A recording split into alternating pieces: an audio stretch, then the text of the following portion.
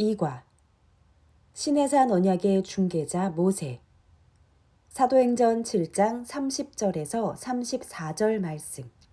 40년이 참에 천사가 시내산 광야 가시나무 떨기 불꽃 가운데서 그에게 보이거늘 모세가 이 광경을 보고 기이 여겨 알아보려고 가까이 가니 주의 소리 있어 나는 내 조상의 하나님 즉 아브라함과 이삭과 야곱의 하나님이로라 하신대 모세가 무서워 감히 알아보지 못하더라.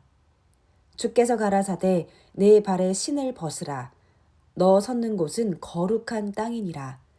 내 백성이 애굽에서 괴로움 받음을 내가 정령이 보고 그 탄식하는 소리를 듣고 저희를 구원하려고 내려왔노니 시방 내가 너를 애굽으로 보내리라 하시니라.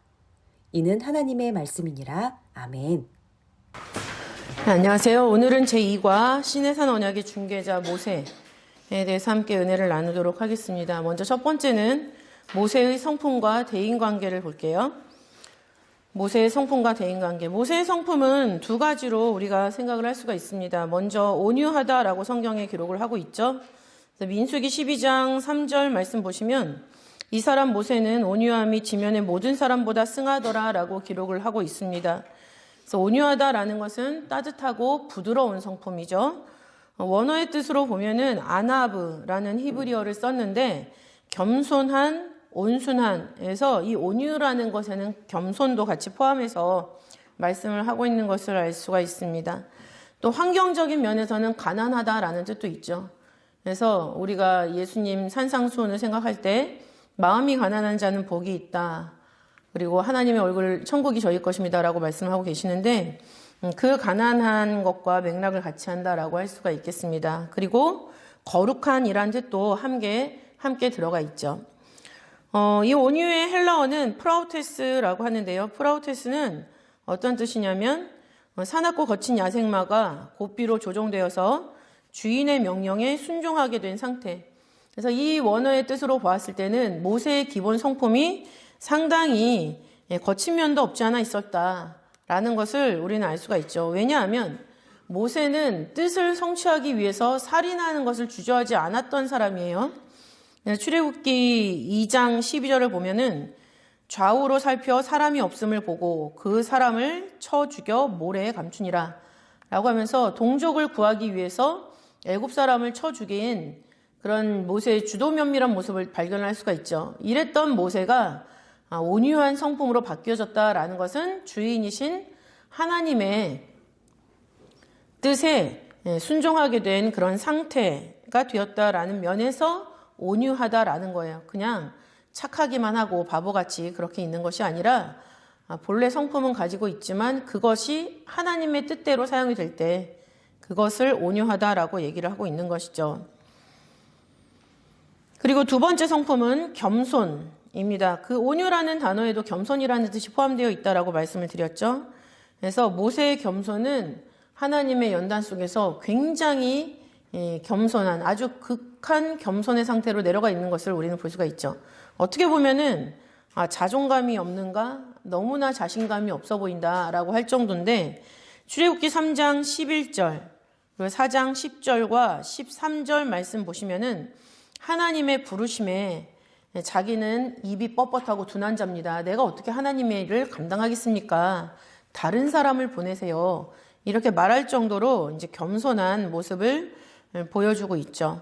그래서 모세의 성품은 온유함, 겸손함이라고 생각할 수가 있겠고요. 그 다음에 대인관계는 어떻는가? 대인관계는 아론과의 관계에서 출애굽기 4장 16절 말씀을 볼 때 아론에게 하나님 같이 될 것을 말씀하고 있습니다.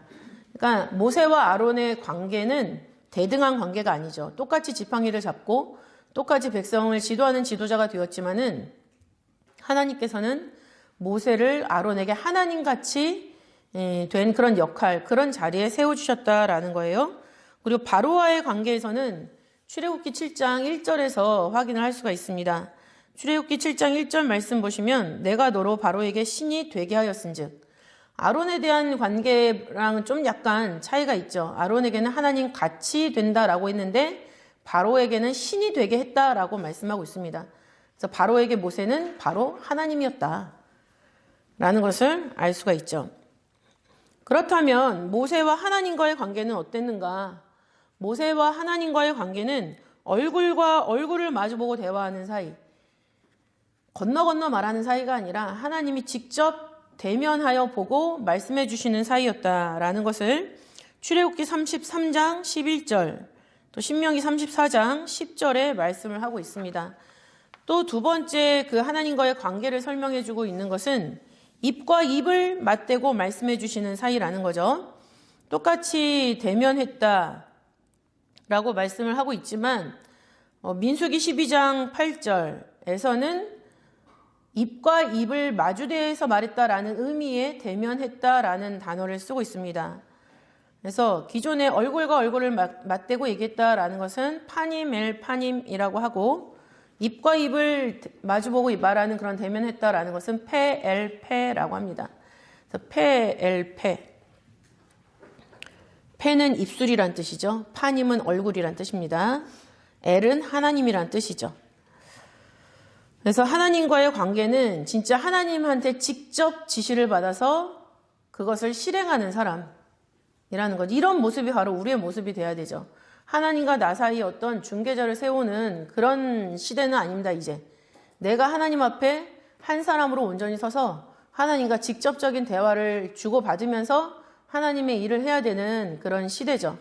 그래서 어떤 존경하는 목사님을 통해서, 어떤 마음에 맞는 전도사를 통해서 그렇게 하나님 일을 하는 게 아닙니다.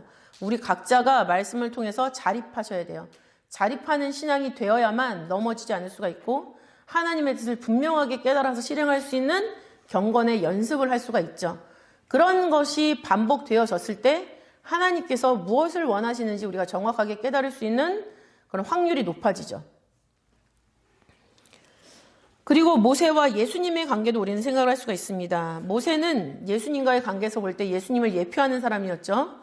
그래서 신명기 18장 15절, 그리고 사도행전 3장 22절, 사도행전 7장 37절 말씀 보시면은 모세가 나중에 너희 형제 중에 나와 같은 선지자가 나타날 것이다 라는 말로 예수님을 소개를 했습니다. 그래서 모세처럼 이스라엘 백성들을 죄악 중에서 건져낼 그런 예수님의 사역을 얘기를 하고 있죠. 그래서 모세가 갈상자에 어렸을 때, 아기 때 갈상자에 둥둥 떠내려가다가 이제 물에서 건졌잖아요. 그 의미를 예수님이 예수님의 이름이라는 이름에 담아서 자기 백성을 저희 죄에서 구원할 자라고 마태복음 1장 21절에 말씀을 하고 계십니다. 그래서 모세의 성품과 대인관계를 또 대신관계를 살펴보았고요. 그 다음에 크게 두 번째로 모세의 일대기를 한번 조명을 해보도록 하겠습니다. 모세의 일대기는 그야말로 40이라는 숫자가 정확하게 떨어지는 그런 삶을 살았다라는 거죠. 40이라는 수는 죄와 결별되는 숫자예요. 모든 죄와 결별되는 숫자. 그래서 모세의 초반 40대는 세상과 결별이 되는 그런 숫자였다면, 두 번째 40이라는 것은 자신의 마음속에서 사람의 생각을 다 빼내고 하나님의 사람으로 거듭나는 영적인 성숙이 이루어지는 시기, 또 마지막 40은 이스라엘 백성들의 죄를 걸머지고 그것을 속하기 위해서 광야 생활을 짊어졌던 시기로 구분을 할 수가 있죠.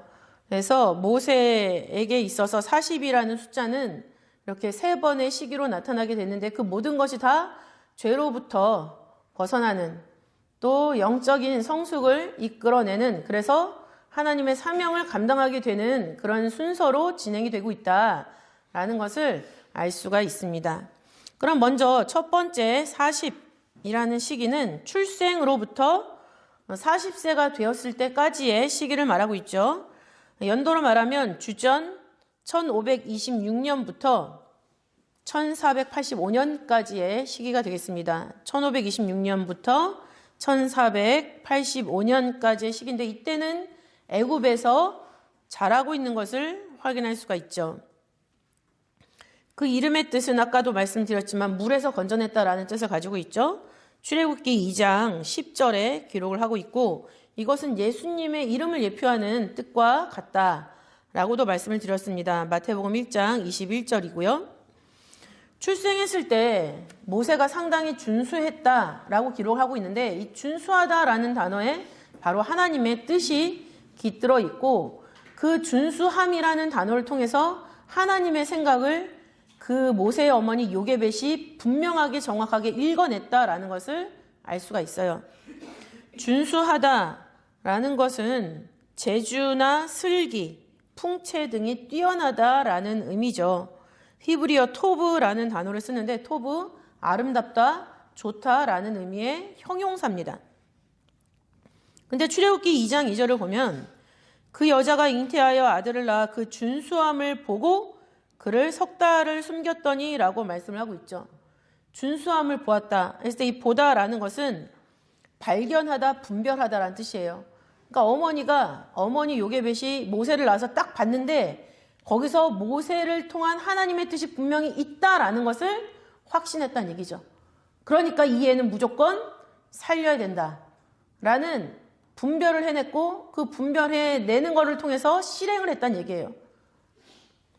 왜냐하면 여기서는 요게벳이 그 준수함을 보고 석 달을 숨겼다라고 기록을 하고 있는데 사도행전 7장 20절에서는 그때 모세가 낳는데 하나님 보시기에 아름다운지라 라고 말씀을 하고 있거든요. 하나님 보기에 아름다운지라. 그러니까는 하나님이 보시기에 아름다운 그 모세, 그 모습 안에 하나님의 사명이 숨어 있다는 얘기예요. 맡겨주실 하나님의 계획이 있다라는 거. 그래서 그 계획을 요게벳이 같이 발견을 했다라는 거. 그러니까 우리가 자녀를 볼 때 어떤 눈으로 봐야 되겠어요? 하나님의 눈을 가지고 봐야죠. 하나님의 눈으로 우리 자녀들을 봐야지 그 하나님이 우리 자녀에게 그 안에 이미 세팅해 놓으신 그 계획을 알 수가 있는 거예요.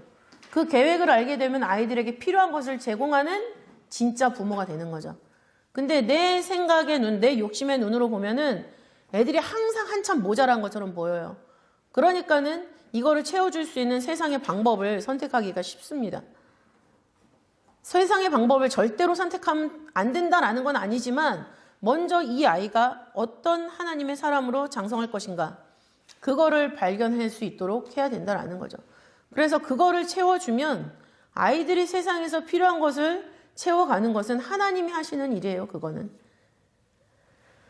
그래서 처음에 그 준수함이라는 단어, 요게벳이 그 준수함을 보았다. 하나님이 보시기에 아름다웠다라는 걸 통해서 어머니 요게벳이 하나님의 눈, 하나님의 안목을 가지고 모세를 바라보았다라는 것을 우리는 생각을 해야 됩니다.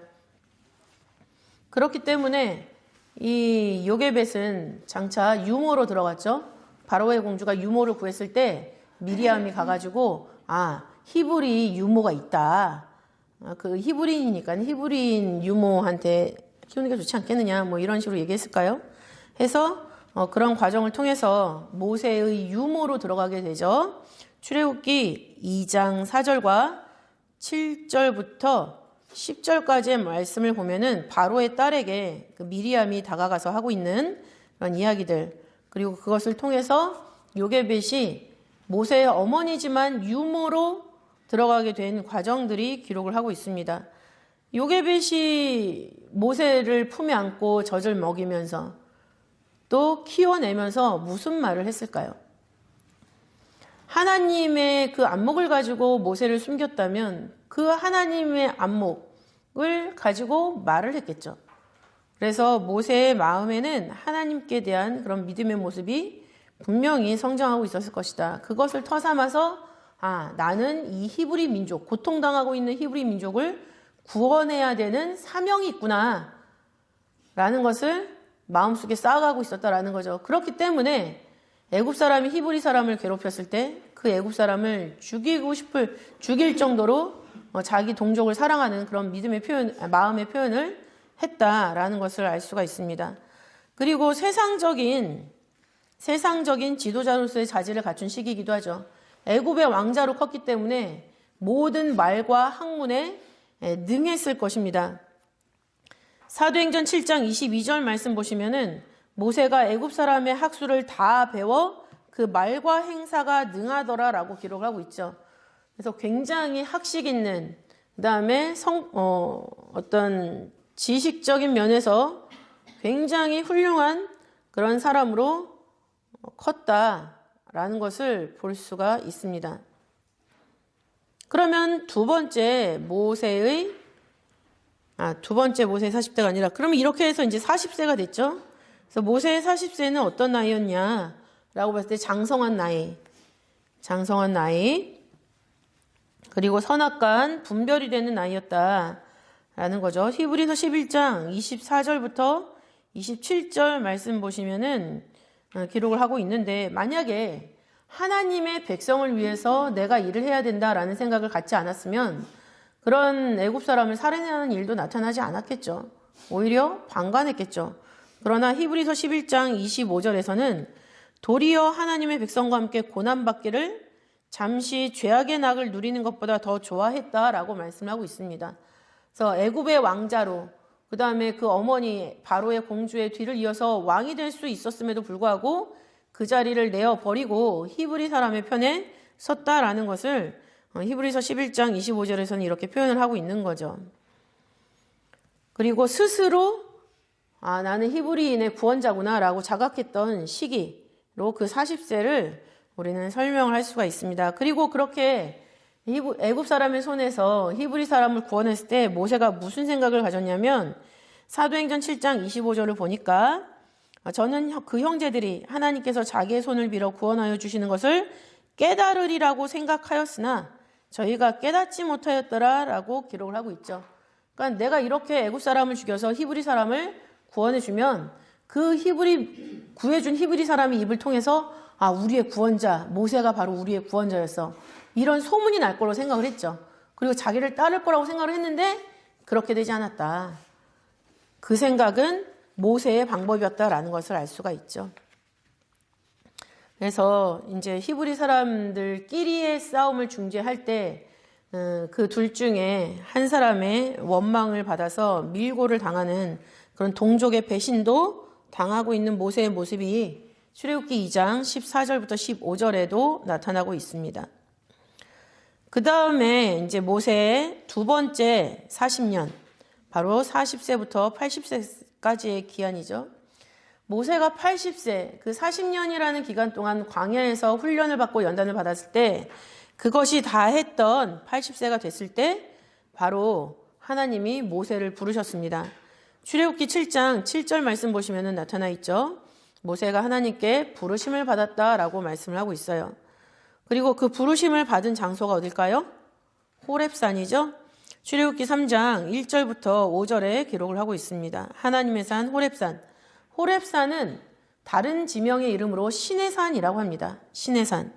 그래서 호렙산은 건조한 땅, 바싹 마른 땅이라는 의미가 있고, 그 다음에 신의 산은 가시덤불이라는 뜻이 있어요. 가시덤불.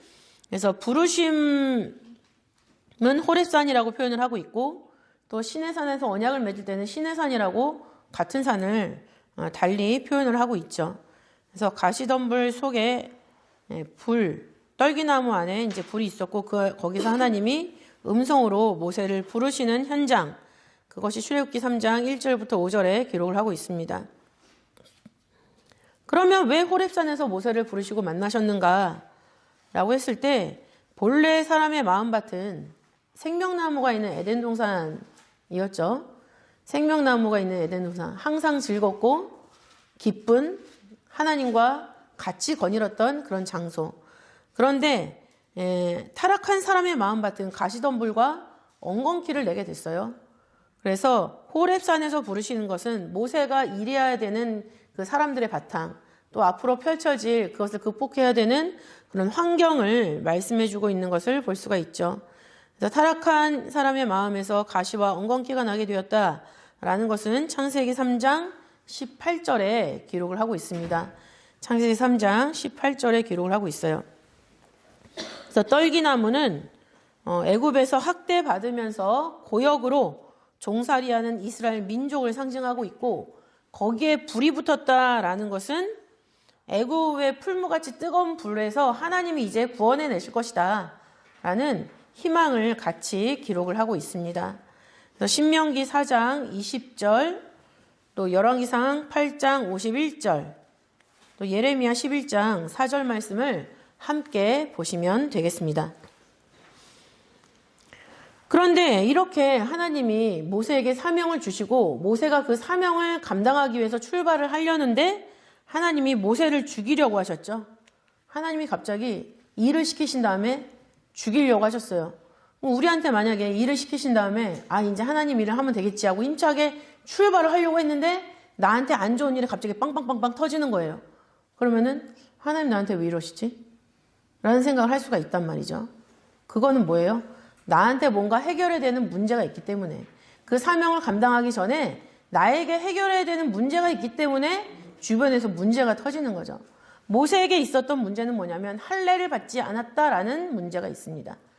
애굽에서 태어나서 요게벳이 키웠음에도 불구하고 할례를 받지 않고 있었던 모세를 볼 수가 있죠.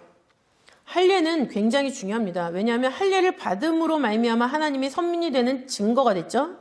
그래서 창세기 17장 14절, 창세기 17장 14절 말씀 보시면은 할례를 받지 아니한 남자 곧 그 양피를 베지 아니한 자는 백성 중에서 끊어지리니 그가 내 언약을 배반하였음이니라 라고 말씀을 하고 있습니다.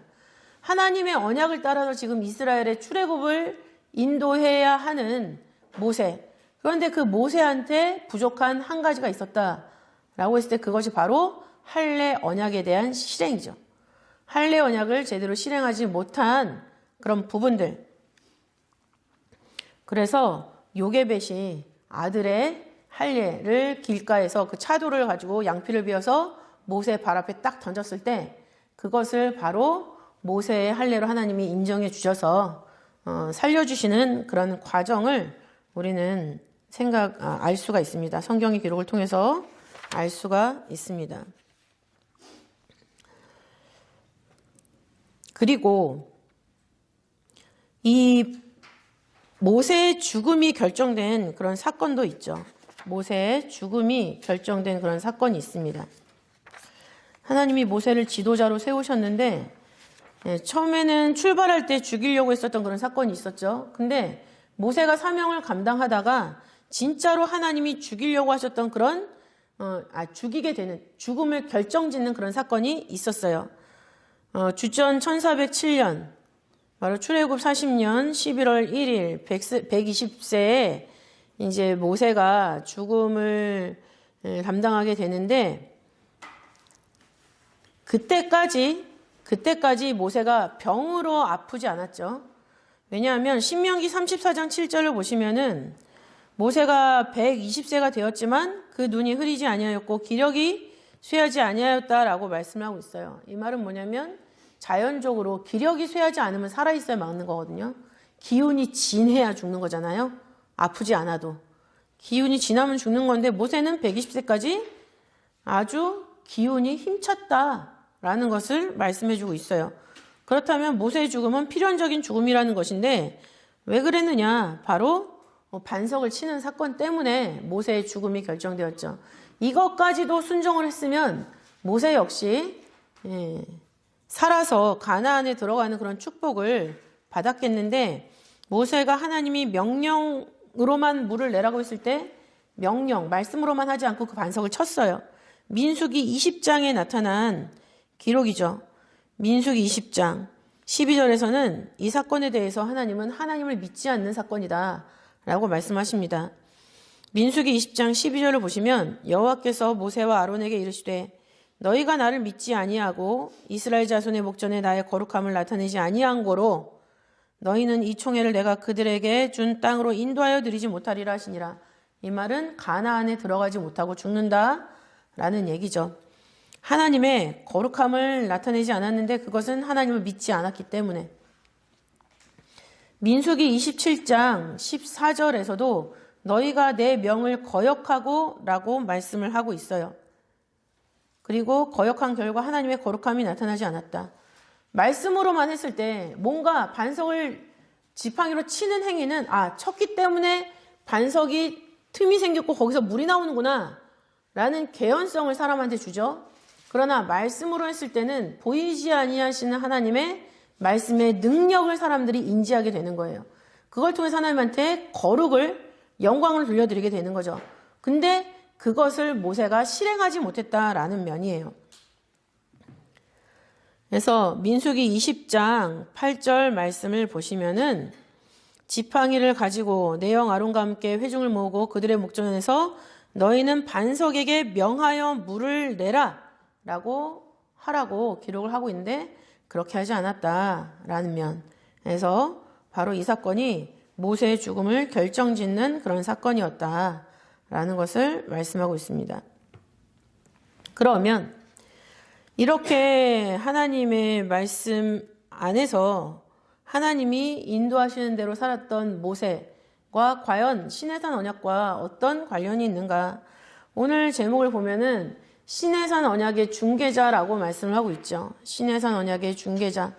그러면 그 중개라는 것은 언약과 언약을 잇는 사람이라는 뜻인데 모세는 어떤 언약과 어떤 언약을 이어나갔는가라는 거죠.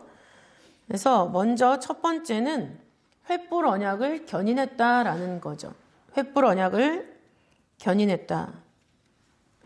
횃불 언약의 성취는 요셉의 해골이 세겜에 묻힘으로 말미암아 성취가 되었어요.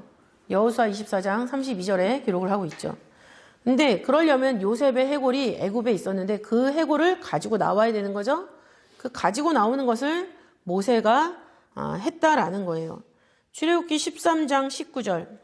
출애굽기 13장 19절 말씀 보시면 모세가 요셉의 해골을 취하였으니 라고 기록을 하고 있습니다. 모세가 요셉의 해골을 취하였으니. 그래서 그 해골을 취하고 나가라 라는 것은 요셉의 유언에 따라서 모세가 실행한 얘기죠. 그럼 요셉이 유언을 했다라는 것을 누구를 통해서 알았을까요? 어머니 요게벳. 신앙을 전수해 줄 수 있는 하나의 끈이 모세에게 있었다는 것은 요게벳이에요. 그래서 요게벳 어머니를 통해서 신앙을 전수받은 모세가 출애굽할 때 요셉이 나의 해골을 너희들이 애굽에서 나갈 때 가지고 나가라. 그렇게 유언한 것이 있다. 그것을 기억하고 모세가 메고 나왔다라는 것을 우리는 알 수가 있습니다. 그래서 주전 1806년 요셉이 죽은 때죠. 1806년 요셉의 유언이 있은 지 360년 만에 1446년까지 360년이죠. 360년 만에 요셉의 해골을 메고 출애굽을 했다라는 것. 이것은 횃불 언약의 성취를 위한 사명의식 또 믿음에서 나온 행동인 것을 우리는 알 수가 있죠. 그리고 이렇게 횃불 언약을 견인해서 이스라엘 백성들을 하나님의 산 시내산으로 데리고 왔습니다. 지난 시간에 배웠죠. 출애굽기 3장 12절. 하나님의 산으로 데려오라 라고 했을 때 그 산으로 데려갔죠. 모세가. 그리고 그 자리에서 하나님과 시내산 언약을 체결하는 그 중개 역할, 시내산을 8번이나 올라갔다 내려오는 그런 과정을 통해서 시내산 언약을 체결하는 것을 담당을 했죠. 출애굽기 31장 18절. 출애굽기 31장 18절 말씀 보시면은 여호와께서 시내산 위에서 모세에게 이르시기를 마치신 때에 증거판 둘을 모세에게 주시니 이는 돌판이요 하나님이 친히 쓰신 것이더라 라고 기록을 하고 있습니다. 그래서 하나님께서 헌법 10계명을 주셨다. 그래서 모세가 횃불 언약과 시내산 언약의 중개자로서 역할을 했다라는 거죠. 그렇다면 예수님은 어떤 중개자일까요? 예수님은 첫 언약과 새 언약의 중보시다라고 성경은 말씀을 하고 있습니다. 히브리서 8장 6절 말씀을 보면 그러나 이제 그가 더 아름다운 직분을 얻으셨으니 이는 더 좋은 약속으로 세우신 더 좋은 언약의 중보시라 라고 하면서 예수님을 통해서 우리가 더 좋은 언약, 영원한 생명의 언약으로 나아갈 수 있는 길이 확보되었다라는 것을 말씀해주고 있죠. 히브리서 9장 15절에도 그는 새 언약의 중보니 이는 첫 언약 때의 법만 죄를 속하려고 주구사 부르심을 입은 자로 하여금 영원한 기업의 약속을 얻게 하려 하심이니라 라고 말씀하고 있습니다. 첫 언약이라는 것은 아담에게 주셨던 거죠. 아담에게 이 에덴 동산에 있는 모든 나무 중에서 선악을 알게 하는 나무의 실과만 먹지 말아라 라는 명령을 언약을 주셨어요. 그 언약은 먹지 말라라는 언약인 것처럼 보이지만 그 이면에는 뭐예요? 생명나무 열매를 먹어도 좋다라는 뜻이에요. 선악을 알게 한 나무의 실과만 먹지 말고 다른 열매 다 먹고 그 다음에 생명나무의 열매를 먹어도 좋다. 그거를 먹으면 영원한 생명을 얻는다는 얘기죠. 그래서 첫 언약은 생명나무 열매를 먹으면 영생한다라는 언약이에요, 사실은. 근데 그거를 하기 위해서 반드시 선악을 알게 한 나무 실과는 먹지 말아야 되는 그런 사명이 있는 거죠. 근데 거기서 하나님 명령에 불순종했어요. 죄를 졌다는 얘기죠. 죄를 졌기 때문에 예수님이 오셔서 새 언약의 중보를 하시는데 새 언약은 뭐예요? 예수님을 통해서 죄를 다 용서를 받게 되면 다시 한번 그 생명나무 앞으로 가서 그 영원한 생명에 이르게 되는 길을 걷게 된다. 그리고 그 길의 끝에 영원한 생명을 얻게 된다라는 것이 바로 새 언약의 중보죠. 새 언약이니까 뭔가 첫 언약이랑 내용이 다르지 않을까라는 생각을 하지만 사실은 같은 내용이에요. 왜? 하나님이 우리에게 하신 약속은 한 가지 영원한 생명이기 때문에 요한일서 2장 25절에 기록을 하고 있죠. 그래서 하나님이 성경을 우리에게 주시면서 생각하신 그 한 가지 목적, 하나님은 그거를 분명히 기억하시고 그거를 향해서 직진해서 가고 계시는 거예요. 우리가 자꾸만 중간에 딴 생각을 해서 문제지. 하나님의 약속은 한 가지다. 그래서 히브리서 12장 24절 말씀 보시면 새 언약의 중보이신 예수라고 말씀을 하고 있습니다. 그래서 모세는 우리가 이번 공과를 통해서 우리 아이들에게 알려줘야 될 것은 뭐냐면 모세는 횃불 언약과 시내산 언약을 연결하는 연결고리였다라는 거. 그거를 말씀해 주셔야 되고 그러기 위해서 횃불 언약을 견인하는 역할에서 요셉의 해골을 같이 가지고 나왔다. 그리고 그것을 세겜에 묻게 되는 그 일까지 연결이 되는 거죠. 그 다음에 시내산 언약에서 하나님의 율법을 받음으로 말미암아 십계명을 받음으로 말미암아 이스라엘 민족 차원에서 이제 나라로 거듭나는 신정국가의 그런 길로 접어들었다라는 거 설명을 해주시면 좋겠고요. 그 모세가 예표하는 예수님에 대해서도 반드시 우리 아이들에게 알려주셔야 되겠죠.